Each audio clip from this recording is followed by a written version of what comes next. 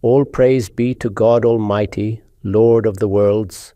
Peace and blessings be upon His trustworthy Prophet Muhammad. Peace be upon him. I seek refuge with God Almighty from the accursed Satan. I begin in the name of God, most merciful and most beneficent. Ladies and gentlemen, the 7th verse at the beginning of Surah Al Baqarah was being discussed. In this verse, God Almighty has pointed towards His law, which He has fixed for His guidance and misguidance. I have stated some details of it in the last session. The summary of it is, the gift of God to imbibe guidance in the nature of human beings is being observed by God, whether one appreciates it or disregards it. This inherent guidance forms an integral part of every human being right from the time of his or her birth. When God sees its appreciation, He showers peace upon His servant, makes him steadfast, and commands His angels to shower peace upon him too. However, quite contrary to this, if the servant of God disregards that guidance and gradually inclines towards avoidance and evasion of it, to the extent that the matter reaches the point of arrogance, obstinacy, and egoism, then God Almighty punishes him in this world by obliterating those sources through which guidance makes its way to reach his or her inner self. The reminders of the prophets, the call of the righteous, what the Quran calls Salihin. Those sources are blocked out, and here the reference has been made towards those sources. Those people who have been given the call or da'wah by the Prophet, and they decided that they would not agree with it, this decision implies that now it is not a matter of what is good and what is evil, now the matter is of the ego. When I have decided that I will not accept, then I will not accept whatsoever. When such a situation arose, then it was said that the point is reached when God has decided to punish them. So for that punishment, what has been done? The Quran says, خَتَمَ اللَّهُ عَلَى قُلُوبِهِمْ وَعَلَى سَمْعِهِمْ وَعَلَى أَبْصَارِهِمْ غِشَاوَةٌ وَلَهُمْ عَذَابٌ عَظِيمٌ. Their hearts and their ears have been sealed as per the decree of God, and there is a cover put on their eyes. That is, there is a seal on the hearts and the ears, and there is a cover on the eyes. With this, we understand the sources of knowledge given by God to human beings. The ears hear, the eyes see, and the hearts think. What do these sources do? They relate the guidance that exists within the human being to the reminders that exist outside. When the prophets would come, or when from among the pious someone would stand up to give the call of God, when the message of God would reach others from somewhere, then it would be through these sources only. The knowledge that is present inside either negates or affirms it. God Almighty has told us that inherent knowledge compulsorily affirms it. But when a human being decides that he or she will neither hear nor see anything, nor ponder upon anything, then he or she becomes liable to this punishment.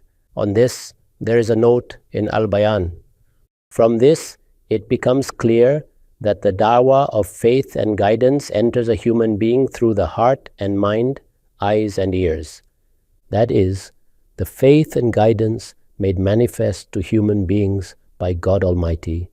This, as I have said earlier, and on many occasions, is the real and true knowledge a human being possesses, which he or she inherently brings from God Almighty. The things that reach through the senses are that knowledge which gets related to it. Then our knowledge comes into existence. That is, with their mutual link, the origin of knowledge takes place, the creation of knowledge occurs. After that, there is a quality given to us by God Almighty, and that is the quality of drawing inferences and derivations. That is, the things that gather in us as obvious knowledge. We then use the art of deduction and derive further results from it. This second part, which we call inferred knowledge, is in fact the real honor of human beings.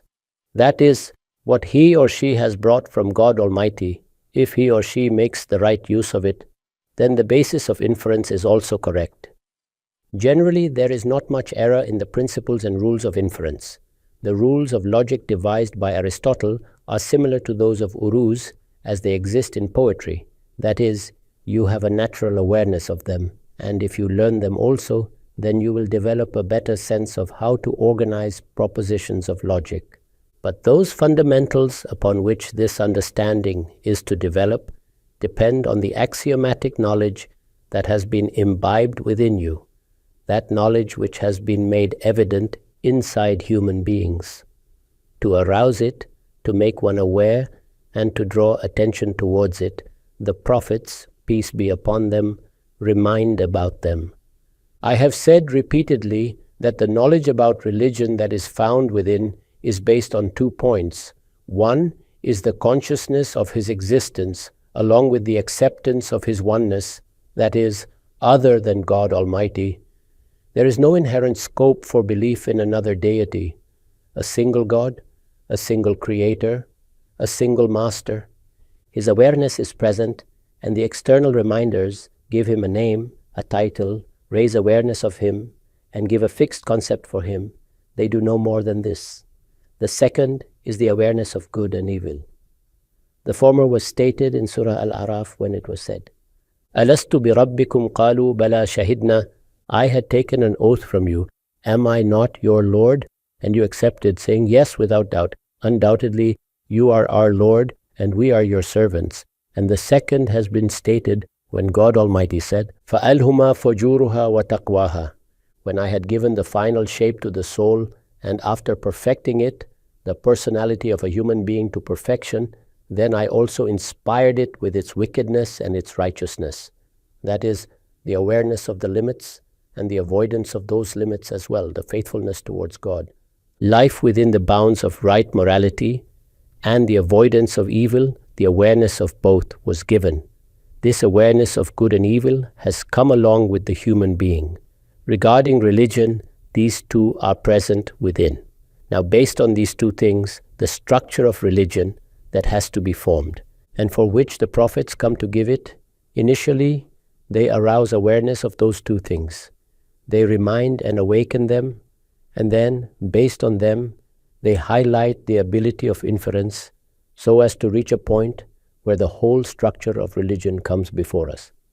In it, the matters of faith or beliefs, ethics, and the Sharia given by God Almighty are all included. From this fact, it becomes evident that the invitation of guidance and faith enters through the heart and mind, through eyes and ears in a human being. That is, the question concerns the knowledge that is concealed within, how to make it appear, how the dawah that comes from outside and the reminders that are conveyed will enter within. These are the means for it. That is, when somebody says something, for listening to it we need the ears. When somebody shows something, we need the eyes to see it. When somebody prepares someone to think and ponder upon something, for that the heart and mind should be alert. So these are the means. If he or she looks towards the horizon with intelligence, what should a human being do? The knowledge within is only indicative. It is in the form of fundamental concepts. There are no words to embody it. It has not been molded into form. So, to give it form, one has to look outside. What is there in it? The signs of anfus and afak, the inner self and the horizons of the physical world are there, which have to be seen with insight. To ponder upon them, the words of God and the persons giving the call for truth should be listened to clearly. That is, if a human being becomes blind to the signs of anfus and afak and is not ready to look at them with insight, whatever is scattered around his or her surroundings. If he or she is not ready to ponder upon it, engrossed in unimportant things, the world of his or her attention is completely different. So how will the dawah enter someone's heart, and through which means will the reminders reach them, and how will the awareness of realities be imparted? These are the things upon which he or she should ponder. Then descend the words of God, because what else? What is the Quran? It is the reminder of those basic truths. The books that were revealed earlier were the same. They also reminded of these very things. The flag bearers of truth arise, their sayings should be listened to attentively. If all these things occur, then what happens? Then he or she receives guidance. And if he or she declines to see, listen, or understand, that is, the things that have been enumerated above, the signs of anfus and afaq, the self and the horizons, the words of God and the sayings of the flag bearers of the dawah of truth, if a person declines to see, hear and understand them, then misguidance and humiliation determine his or her destiny. After that, it is not possible to bring such a person back to the right path. Then a world stares at him where there is no path to follow, and the path of faith, iman, and guidance becomes impossible to open for him. This is the point that the Quran has elaborated above. Hence, it should not be construed that the Quran here is saying that God has sealed their hearts from the time of their birth. No, God Almighty sent them with His knowledge, imbued His knowledge within them, inspired them, and then arranged for them that the Prophet of God, peace be upon him, would come, remind them, and give them the dawah. All these arrangements were made. However, when they did not appreciate either the first guidance or even decided to reject the second guidance, that is, the reminder which came from the Prophet of God, peace be upon him, for that also they decided, we will not listen nor reflect upon it, and we will never accept it. Then God Almighty put a seal upon them, and this punishment is for those who arrogantly, egotistically, and decidedly decline to consider the dawah of truth. And it is written in the Quran, وَمِنَ النَّاسِ مَنْ يَقُولُ آمَنَّا بِاللَّهِ وَبِالْيَوْمِ الْآخِرِ وَمَا هُمْ بِمُؤْمِنِينَ. And among the people are some who say, we believe in God and in the last day, but in fact they do not believe. Among these people, that is, a class of people has been defined, and one group in that class is the one mentioned above. On one side is the Prophet, peace be upon him. About him, it has been stated previously that some people brought faith in him, and these were the people who had the benevolence of God, that they did not insist upon seeing God first, the hereafter, paradise, and hell before accepting faith. Rather, when the justifications for these things were presented, they readily accepted them. That is, they did not insist on seeing first. Then some of their attributes were enumerated. This was one group. The Prophet, peace be upon him, is presenting the dawah and the book of God, and there are those who accepted them. The second group was the group of the audience who were the munkirin, deniers. Among those munkirin, a class has been mentioned previously. In that class, among Anas, there is an alif lam, and in it, the reference has been made to those people. And among these people, there are the munafiqin, hypocrites. That is, this is a group of munafiqin. What type of munafiqin are these? I shall elaborate upon it. There are people who say, مِنَ النَّاسِ مَنْ يَقُولُ آمَنَّا بِاللَّهِ وَبِالْيَوْمِ الْآخِرِ وَمَا هُمْ بِمُؤْمِنِينَ. Those who say, we believe in God and in the day of resurrection, but in reality, they do not believe in any of these. That is, when it is said here, وَمَا هُمْ بِمُؤْمِنِينَ, obviously, since it was said earlier that they claim this, then the denial that follows will be according to fact and reality. Hence, I have inserted this word in the translation. The fact is that they do not agree with any of these things. So, the first thing is, these people imply munkirin, or disbelievers. They constituted a class. Another class is that of the mu'minin, or believers, and among them, one of the groups has been mentioned above. So, it was said that among these munkirin, who all constitute them, there are munafiqin too, the hypocrites. On this, there is a note in Al-Bayan. This refers to the munafiqin among the Jews and their colleagues from Aus and Khazraj, that is, the Jews were there in Medina, and they formed part of the audience of the dawah of the Prophet, peace be upon him. From this point, the itmam al-hujjah, or the completion of argument, on the second group of the Prophet begins.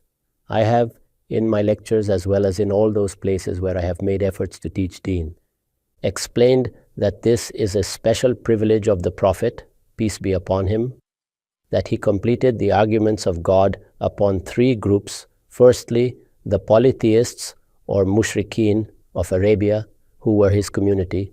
After that, the Jews and the Christians with whom he came across in Yathrib or Medina. These were the people of the scripture. In fact, the Christians were just their counterparts. Basically, it was the Jews, those who were the believers in the Torah and the Psalms, or Zabur, towards whom the scriptures of the prophets had been revealed. Those who had been chosen by God Almighty, and they, as the children of Israel, were an appointed group for God's dawah for more or less 2,500 years in the world. After that, in the last period, that is, a few years before departing from this world, the Prophet, peace be upon him, also addressed the surrounding kingdoms. He wrote letters to them and gave them dawah as well. When God's Prophet gives dawah to someone, that is, in this, there is a difference between when you or I give dawah and when the Prophet of God does so. The difference is as vast as between heaven and earth. When the Prophet of God gives dawah, then the nature of that dawah is different. So the Prophet, peace be upon him, upon coming to Yathrib, gave dawah to the Jews. Now, the people who have been mentioned earlier are munkirin. They are among the Jews and also from the Aus and Khazraj. Now the Munafiqeen, they are also from the Jews as well as their associates from Aus and Khazraj. That is, the tribes of Aus and Khazraj were originally mushrikeen, the polytheists of Arabia, but among them also two groups were formed. These are their colleagues who, instead of openly opposing Islam, wished for some sort of agreement between it and Judaism. Whenever there arises a dawah towards the truth, one group consists of people who listen to it patiently, turn to it eagerly, and when they realize that it is the truth and must be accepted, then they do so unhesitatingly.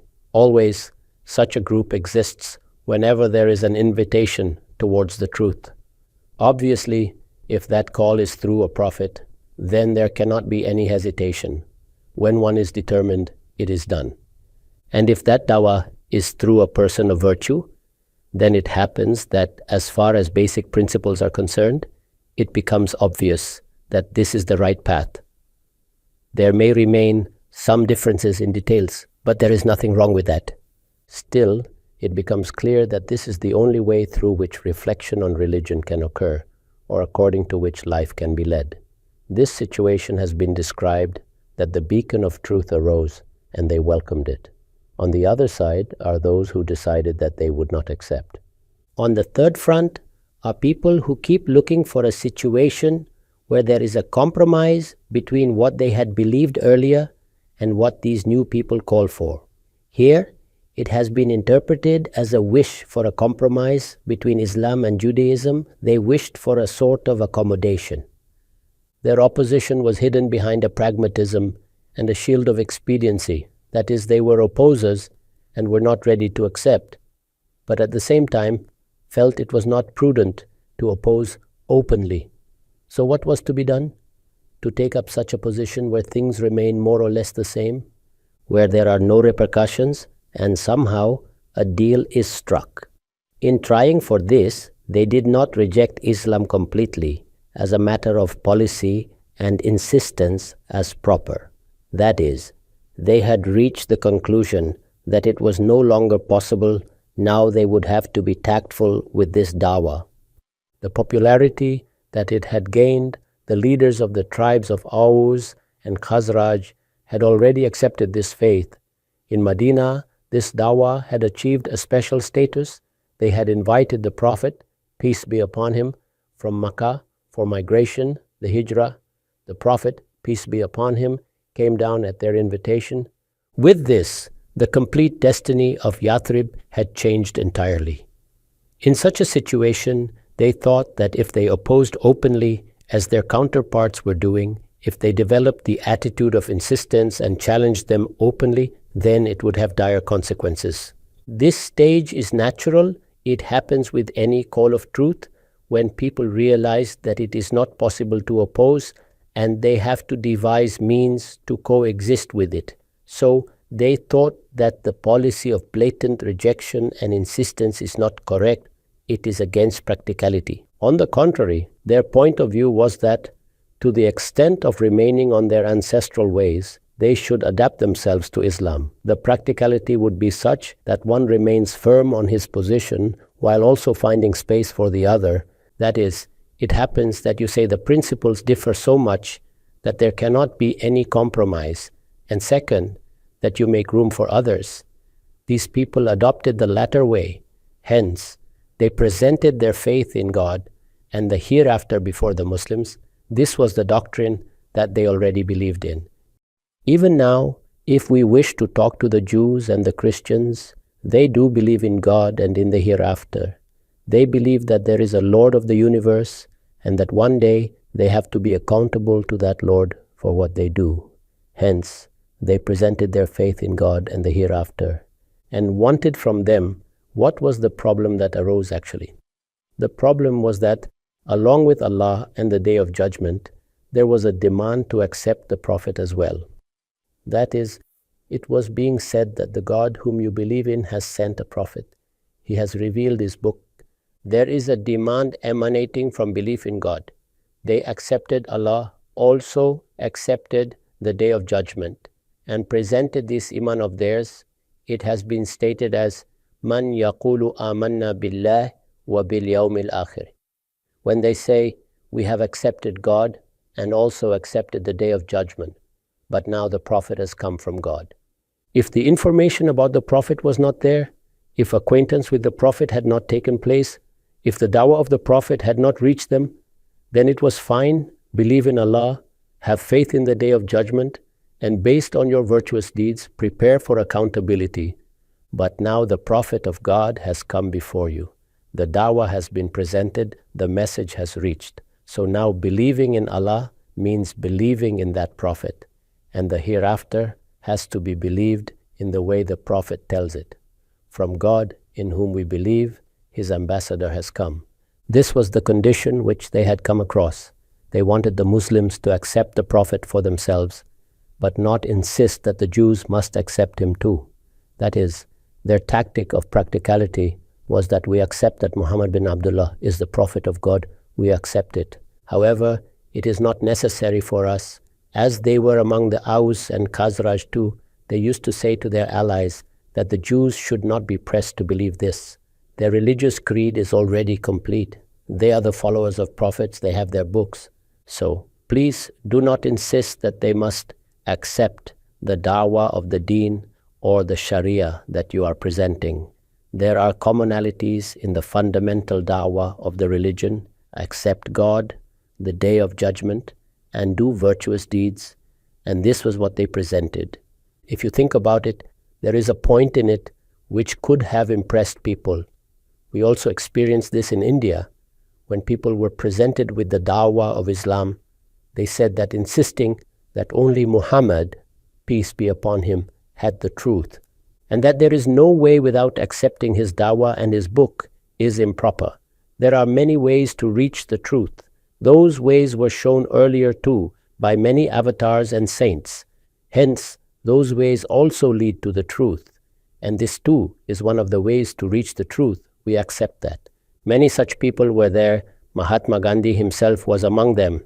That is, we accept that Muhammad, peace be upon him, was one of the avatars, one of the elders among those elders. God opened the path of guidance for him. He too is an appointed guide of Allah. But it is not necessary that we forsake our identity. We accept this. You accept him and follow his path. We will believe in our avatars and elders and follow our own path. This is a way of understanding which was adopted, and they too wished for that. They said that the Muslims may accept this if they feel that they have found truth, or if they have separated from their group and accepted this new identity. If they were from among the mushrikeen of Arabia, then by separating themselves from the traditions of their ancestral religion. They have taken allegiance to the Prophet and decided to follow him, fine, that is good. The same course may be followed by some of the Jews. Many people from Aus and Khazraj have already done this. But to demand this from all is not compulsory. This is one of the ways which may be adopted by anyone of his or her own free will. And there is another method as well, that if we have faith in the fundamental religion and we are following it and leading our lives as per its guidance, then it should not be insisted that we accept this new dawah. I have said it before that if the dawah hasn't reached, the message of the Prophet hasn't reached, and one's heart has not been opened for his guidance, then there can be an excuse before Allah. But if all this has taken place, then it is a great crime that the Prophet of God, the Ambassador of God, has come before you. And in spite of knowing that he is the Prophet of God, you still refuse to accept him. And you see that the same situation has arisen. They say that they accept him, but you alone follow this Prophet. This can never be accepted under any circumstances. And the Quran did not accept it. They wish that the Muslims may accept Muhammad, peace be upon him, as their Prophet, but should not demand the Jews to accept him as theirs, and taking this as sufficient, agree to grant them a status of religiosity and godliness too. That is, you also accept this as religiosity, this too is godliness. A way to be successful, consider it sufficient. Whatever I have received, I follow it truly. Whatever has come to you, you follow it honestly. I have said that there exists a point in this which accords with intellect and knowledge, but it is applicable only when the truth has not yet become evident. It is not the case with the prophets that they are among the fundamental demands of faith. The fundamental demands, those which have been brought by the Prophet and for which the dawah has been given, are only three things: accept God, accept the Day of Judgment, and do good deeds. The same dawah has been presented by all the prophets. However, when any prophet has come and presented this dawah, its requirements, its demands, and its corollaries have been stated. So by whose authority are these being stated? By the same God whom you accept. Therefore decide for yourself, either he has come from Allah or he has not. If this has not become clear to you, then it may serve as an excuse. But if it is clear, and in spite of that you say that to maintain your identity, your prejudices, or your nativism, you accept this method as a compromise, then it is a compromise with truth, and compromise in the matter of truth is never permissible. Hence, its analysis was necessary. I have particularly emphasized this because this mentality will be found in every era. Even now it exists in this same Surah Al Baqarah, in the verses which occur. I have elaborated that the basic requirements of deen are the same. There is no doubt about this fact. But an excuse on these fundamental demands is valid only until the truth of the Prophet of God is not evident, or until his dawah has not reached us. People are exempted on that basis only.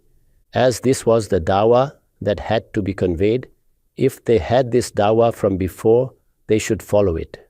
However, if God sends his ambassador to elaborate upon its requirements and demands, and it is clear that he is indeed the ambassador of God, then now you cannot say, it is not compulsory for me to listen to what you say, or it is clear to me that you have come from God, yet it is not necessary for me to listen to you. This is a grave crime.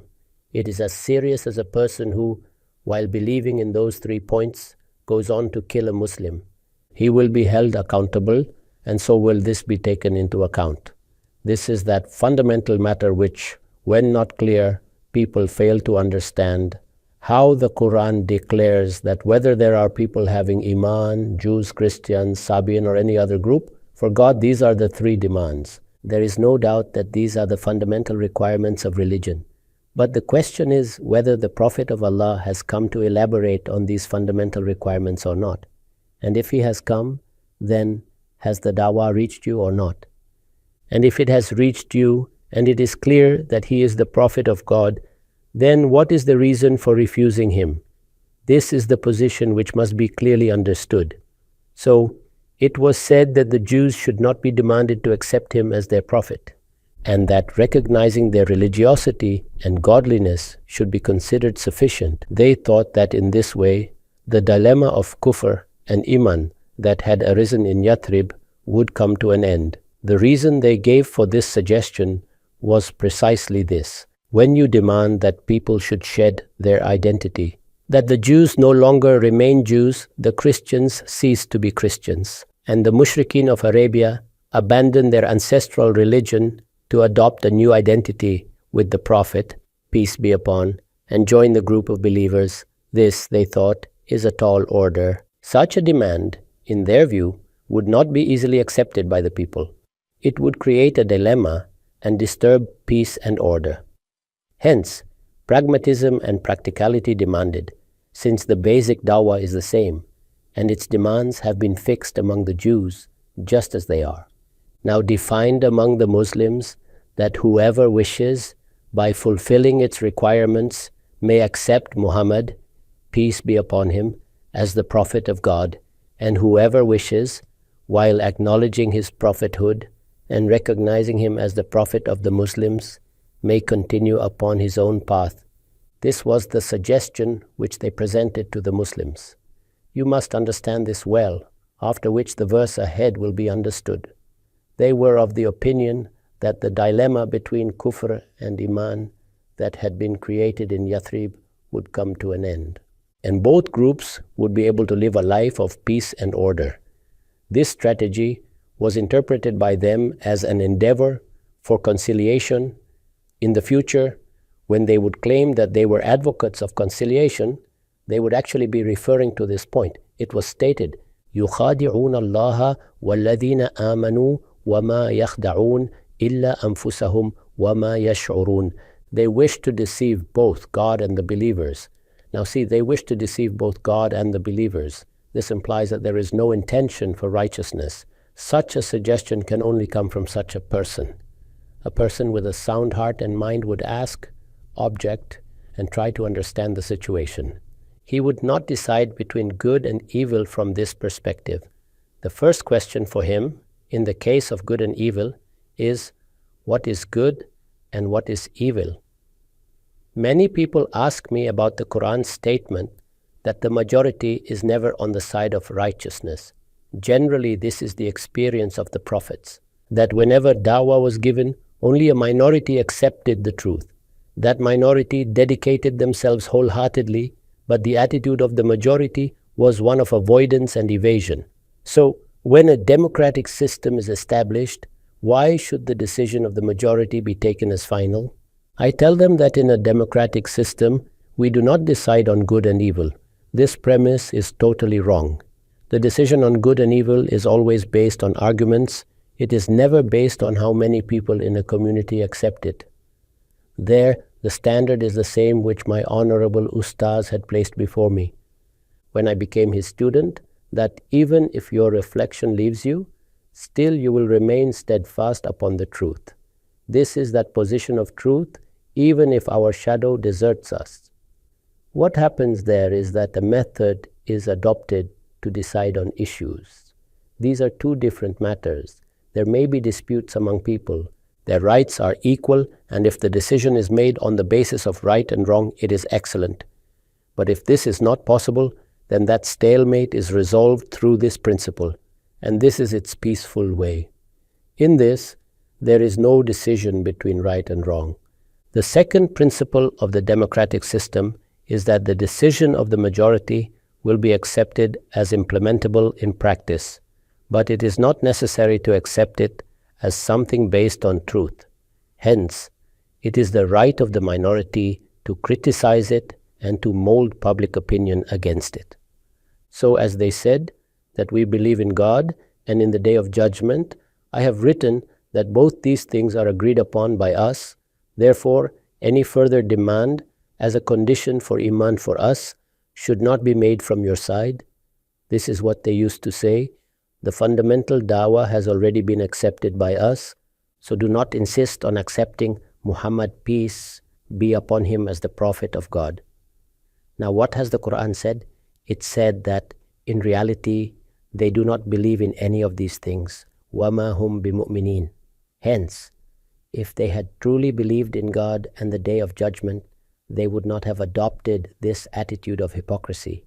This is hypocrisy, nifaq, and therefore I have said that among them are hypocrites as well. The Quran interprets it as nifaq. When the truth is not clear, and based on whatever knowledge one has, a position is taken, that is a completely different situation. But when the truth is evident, and after that one suggests something for expediency, wishing that some compromise may be achieved so that vested interests are not harmed, then this is hypocrisy. And towards this, the Quran has drawn attention, saying that the reality is they wish to deceive both God and the believers, and indeed they are deceiving themselves, but they are unaware of it. There are some more aspects of this verse which will come under discussion later. Our time is now exhausted. Now listen to the simple translation. And among them are those hypocrites who say that we believe in God and believe in the day of Qiyamah. However, the reality is that they do not believe in any of these things. They wish to deceive God and the believers. In reality, they are deceiving themselves, but they are not aware of it. With this, we end today's session. I say these words of mine, and I ask Allah for forgiveness for myself and for all Muslims.